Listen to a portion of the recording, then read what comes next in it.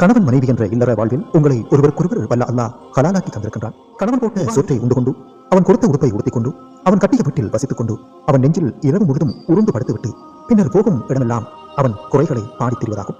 அமரும் சபைகளிலெல்லாம் அவனை அவதூறு பரப்புவதுமாகும். தெரிந்தவர் தெரியாதவர்களிடம் கதை கூறி திரிவதும் இந்த பெண்ணின் கேடுகட்ட செயலாகும். அன்னை ஆயிஷா ரலியல்லாஹு தஆலா அன்ஹா அவர்களின் இந்த பொன்னான கூட்டை கேளுங்கள் கண்ணான பெண் மக்களே.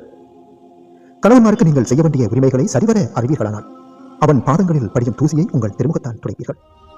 கணவன்மாருக்கு நீங்கள் செய்ய வேண்டிய உரிமைகளை சரிவர அறிவீர்களானால் அவன் பாதங்களில் படியும் தூசியை உங்கள் திருமுகத்தால் துடைப்பீர்கள் என்று அன்னை ஆயிஷா ரலியல்லாஹு தஆலா அன்ஹா நபி ஸல்லல்லாஹு அலைஹி வஸல்லம் அவர்கள் கூறிய கூட்டை கூறுகின்றார்கள். கேடுகட்ட கணவன் யார் தெரியுமா? தன் மனைவி சமைத்து தந்த சோற்றை உண்டுவிட்டு, அவள் தன் கையால் துவைத்த உடுப்பை உடுத்திவிட்டு, அவள் தன் அழகையும் ஆரோக்கியத்தையும் ஈடுவைத்து அலங்கரித்த வீட்டில் வசித்துவிட்டு பின்னர் போகும் இடமெல்லாம் அவள் குறைகளை பாடித் திரிவதாகும். அமரும் சபைகளில் எல்லாம் அவளை அவதூறு பரப்புவதும், தெரிந்தவர்கள் தெரியாதவர்கள் எல்லோரிடமும் கதை கூறி திரிவதும் இந்த ஆணின் கேடுகட்ட செயலாகும்.